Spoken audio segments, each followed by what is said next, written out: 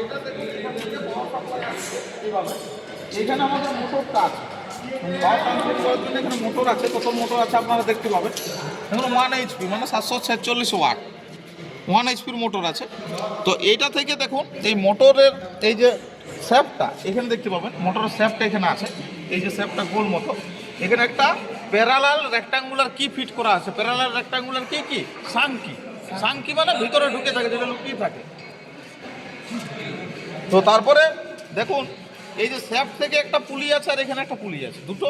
তাহলে দুটো পুলির মধ্যেকার কম দূরত্বের মধ্যে কি লাগায়, ভি বেল্ট লাগায়। তো ভি বেল্ট লাগানো আছে। তারপরে এখানে আছে কি, এই যে গিয়ার আছে, এই বড়গুলোকে বলা হয় গিয়ার বলা হয়, আর এটার সঙ্গে যে ছোটটা লেগে থাকে এটাকে পিনিয়ন বলা। তো এটাকে বড়টাকে গিয়ার বলা হয়, এর সঙ্গে যেটা লেগে থাকে ছোটটা তাকে পিনিয়ন বলা হয়। আর এইখানে দেখতে পাচ্ছেন আপনারা এই যে MS রাউন্ড ওয়ার্কপিসটি বাঁধা আছে স্পিন্ডালটাতে, যে বাড়তি অংশটা এদিকে বেরিয়ে আছে, এই জায়গাটাকে স্পিন্ডাল বলা হয়। এবং ভিতরে যে ওয়ার্কপিসটা লাগানো আছে সেটাকে বলা হয় মাইল স্টিল রাউন্ড ওয়ার্কপিস, এটাকে MS রাউন্ড বলা হয়। এই যে জায়গাটা দেখতে পাচ্ছেন এটা ভালো করে দেখুন, উপরে ছিদ্র আছে, হোল আছে, মানে এইখান থেকে ইঞ্জিন অয়েল দেওয়া হয়। এখান থেকে ইঞ্জিন অয়েল দেওয়া হয়। ইঞ্জিন অয়েলটা কোথায় যায়, এই পথ দিয়ে হেড স্টকে যায়। হেড স্টকের ভিতরে যে গিয়ারগুলো আছে সেটা লুব্রিকেশন হয়, ফলে আমাদের মেশিনটা যাতে ভালো থাকে তার জন্য আমরা এখান থেকে ইঞ্জিন অয়েল দিই। ভিতরে হেড স্টকের গিয়ার ফাংশনগুলো আছে সেটা লুব্রিকেশন হয়, মানে অয়েল দিয়ে ভিতরে স্প্ল্যাশ লুব্রিকেশন সিস্টেম হয়। ওটা মানে তেলের মধ্যে ছিটাতে ছিটাতে উপরের দিকে আসে, আবার নিচের দিকে পড়ে, আবার ঘুরে, সেইটা আমাদের করা হয়। যে এখান থেকে ইঞ্জিন অয়েল দেওয়া হয়, দেখতে পাচ্ছি।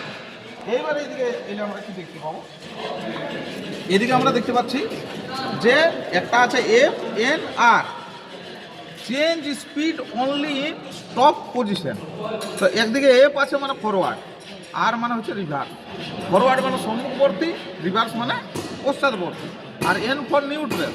তো এটা আমাদের আছে যে আমাদের যদি কোনো কারণবশত যে এইটাও ফরওয়ার্ড রিভার্স হয়, চাকটাকে ঘোরানোর জন্য যদি এফ দেওয়া থাকে তাহলে ফরওয়ার্ড ডাইরেকশনে ঘুরবে, অর্থাৎ ঘড়ির কাঁটার দিকে। আর যদি আমাদের রিভার্সে করে দেওয়া হয় তাহলে ঘড়ির কাঁটার বিপরীতে চাকটা ঘুরবে, এই চাকটা। ঠিক আছে, এবার এইটা কি আছে, এটা গিয়ার ABCD।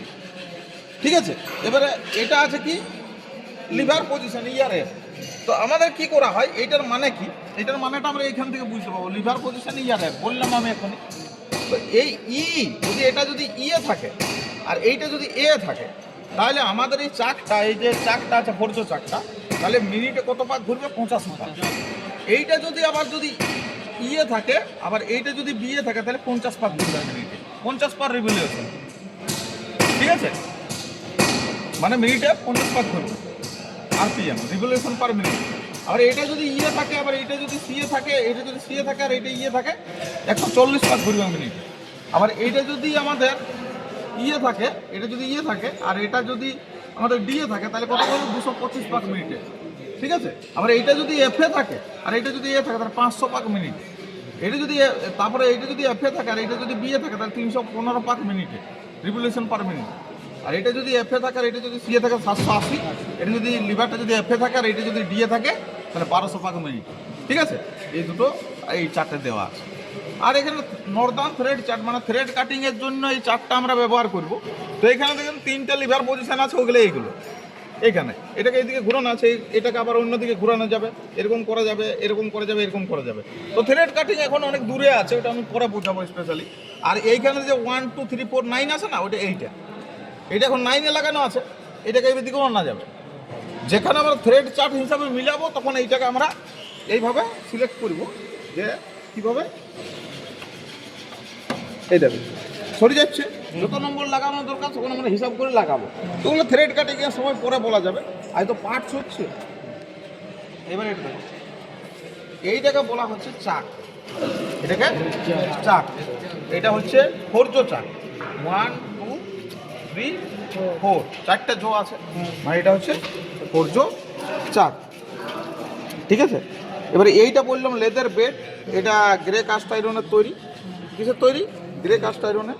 এটা হচ্ছে লেদার বেড। এটা কেমন বেড বললাম? Combination bed, combination bed. আর এইটা হচ্ছে চাক, এটা হচ্ছে লিড স্ক্রু।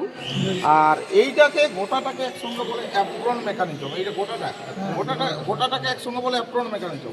তার মধ্যে কি কি থাকে দেখো, এইটা দেখো, এইদিকে যাচ্ছে ঘুরাইলে, আর এইদিকে ঘুরাইলে এইদিকে যাচ্ছে। এইটা কি করছে, বহন করছে। কাকে বহন করছে? গোটা অ্যাপ্রনটাকে। তো এইটাকে যেহেতু বহন করছে, বহন করা মানে কি ক্যারি করা, তো এইটাকে বলা হয় ক্যারেজ। এটাকে বলা হয় ক্যারেজ, বড়টাকে। এইটা দেখো, এটা কোন দিকে যাচ্ছে? সামনের দিকে। আবার এইদিকে ঘুরাইলে পিছনের দিকে আছে, এটাকে স্লাইড করছে সামনে পিছনে, এটাকে বলা হয় ক্রস স্লাইড। ক্রস স্লাইড এইটাকে বলা হয় টুল পোস্ট। টুল পোস্টে কি থাকে? কাটিং টুল বাঁধা থাকে, সিঙ্গেল পয়েন্ট কাটিং টুল, লেদ মেশিন। এটাকে বলা হয় সিঙ্গেল পয়েন্ট কাটিং টুল বাঁধা থাকে, এটা হচ্ছে টুল পোস্ট। এবার এইখানটা দেখুন, এটাকে বলা হয় কম্পাউন্ড রেস্ট। এখানে আমাদের 0 থেকে 40 ডিগ্রি পর্যন্ত অ্যাঙ্গেল দেওয়া যায়। যদি কোনো টেপার টার্নিং জব হয়, যদি টেপার বানাতে হয়, তখন এখানে অ্যাঙ্গেল দিতে হয়। 0 থেকে 40 ডিগ্রির মধ্যে অ্যাঙ্গেল আছে, যত খুশি আমরা দিতে পারি।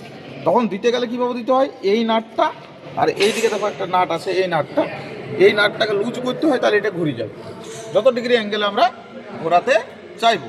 ঠিক আছে, তারপরে দেখো এগুলো হলো, এইটাকে বলা হয় হাফ নাট। এটা থ্রেড কাটিংয়ের সময় বা টার্নিংয়ের সময় যদি আমাদের অটোমেটিক ক্যারেজটাকে চালাতে হয়, তাহলে হাফ নাটটাকে ব্যবহার করা হয়। আর সবার শেষে এইটা আছে টেল স্টক।